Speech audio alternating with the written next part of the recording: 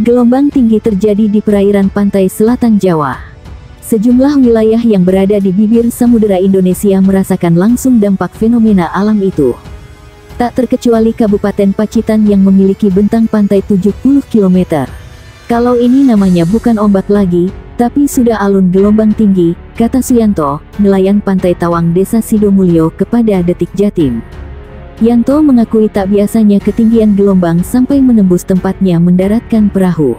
Pasalnya, kawasan pantai yang juga tempat pelelangan ikan itu merupakan cekungan yang terlindungi Pulau Karang.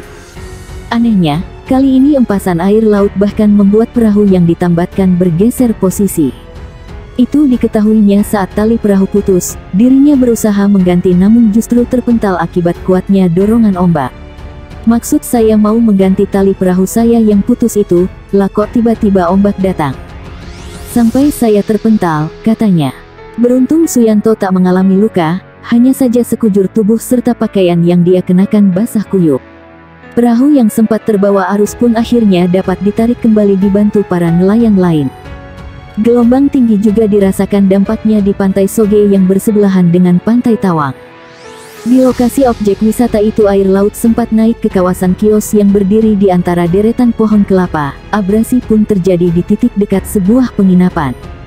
Ada abrasi juga di dekat homestay, papar Yanto, sapaan akrab Suyanto. Kepala Pelaksana BPBD Pacitan Erwin Andriatmoko membenarkan terjadinya peningkatan muka air laut.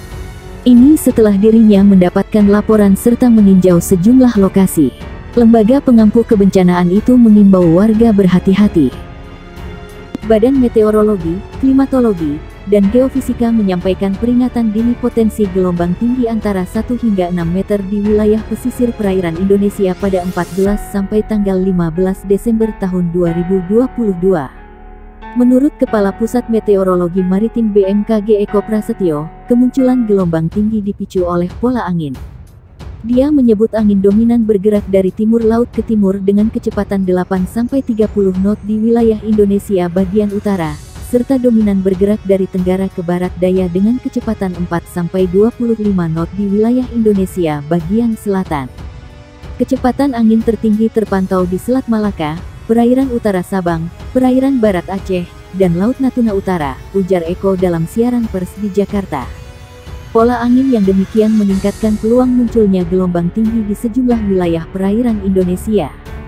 Gelombang setinggi 1,25 sampai 2,5 meter berpotensi muncul di Selat Malaka, perairan barat Aceh, perairan timur Pulau Simule Kepulauan Nias, perairan Bengkulu Pulau Enggano, perairan barat Lampung, Teluk Lampung bagian selatan.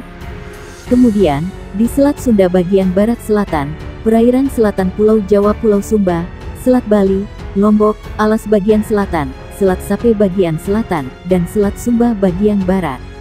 Berikutnya di perairan selatan Pulau Sawu, Laut Sawu bagian selatan, Samudra Hindia Selatan Banten Nusa Tenggara Timur, perairan Kepulauan Sangihe Kepulauan Talaut, perairan Bitung Kepulauan Sitaro.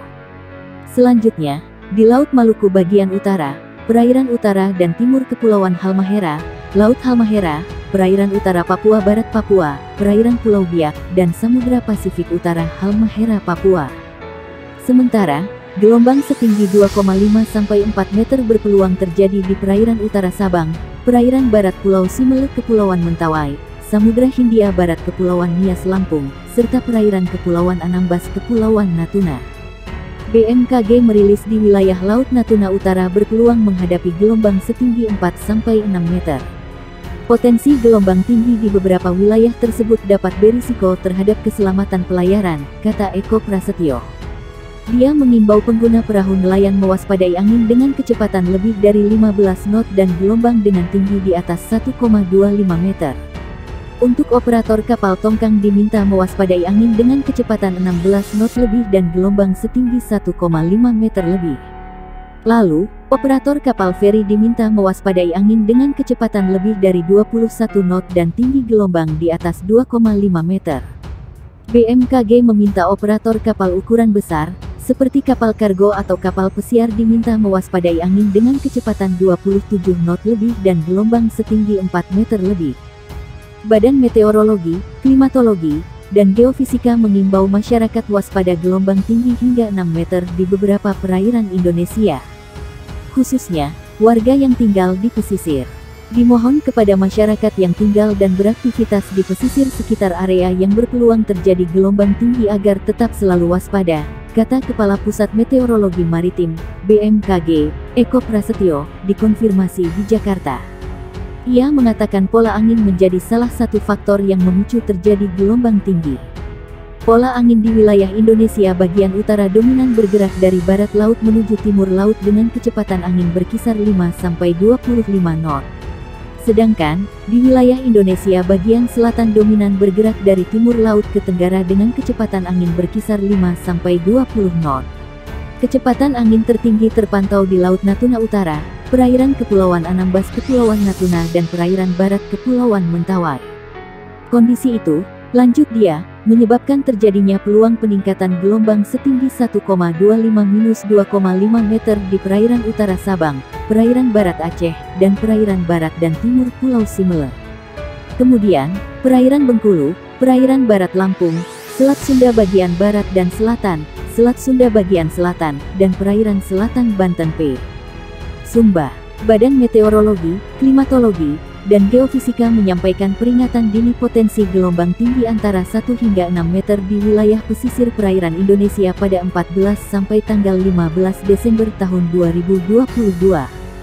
Dia menyebut angin dominan bergerak dari timur laut ke timur dengan kecepatan 8–30 knot di wilayah Indonesia bagian utara, serta dominan bergerak dari tenggara ke barat daya dengan kecepatan 4–25 knot di wilayah Indonesia bagian selatan. Kecepatan angin tertinggi terpantau di Selat Malaka, perairan utara Sabang, perairan barat Aceh, dan Laut Natuna Utara, ujar Eko dalam siaran pers di Jakarta. Pola angin yang demikian meningkatkan peluang munculnya gelombang tinggi di sejumlah wilayah perairan Indonesia.